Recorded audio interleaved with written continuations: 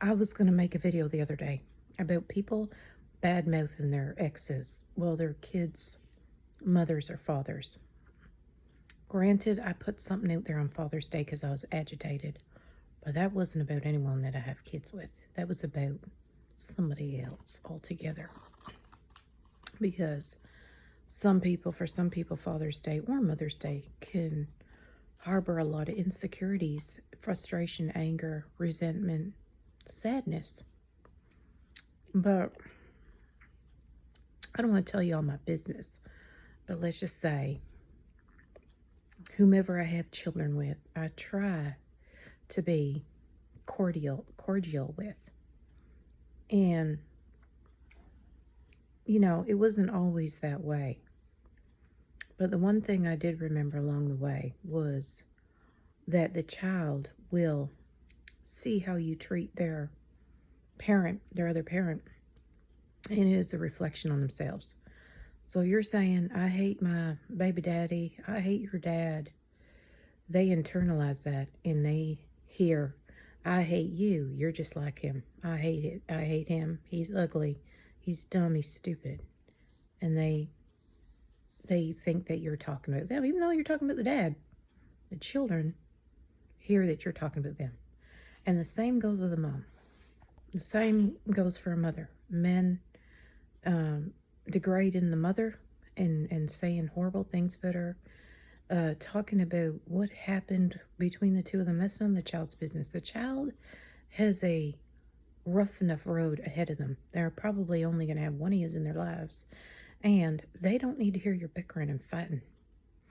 And trust you me, I've heard all the stories. And with the last one there, because he is the youngest, I tried to be showing him how that even if people aren't together, they can be, on good terms, and it might be hard. You might have to bite your tongue a few times, and you might have to swing on a pillow to get your frustrations and your anger out. But you don't tell them that you hate that person. You can say, they don't have a right to hurt you, like by missing a visitation or by skipping out on a special occasion. You can tell them how you feel about those things and how they shouldn't have done that to him. That's okay. But you can't say, it's easy to let words spew off the mouth. It's easy to say, he's an effing bastard or an asshole. Those are easy words. Let's put a little more meaning and a little more explanation with everything going on with this situation, and try to help that child out, because at the end of the day, a child's just supposed to be a child. They're just supposed to play, do their homework, try to get through the day.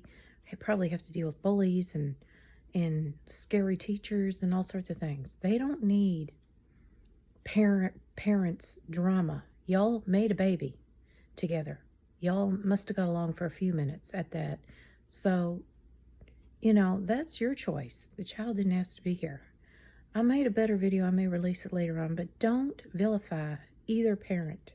Even if they got arrested for some bad crime, they murked somebody or something else, try to explain to the child, because that is a part of them. Whether the parent is in their life or not, that parent is still a part of them, and try to explain. Try to reach a level of maturity where you don't just go all Cardi B style, where you're just spewing off language. Because that ain't right. That just shows that you haven't matured yet. You haven't dealt with your own anger, your own anxieties and things like that. Work on your own self. Instead of trying to yammer on about the other parent being this, that, and the other, use that energy and work on yourself. Bye.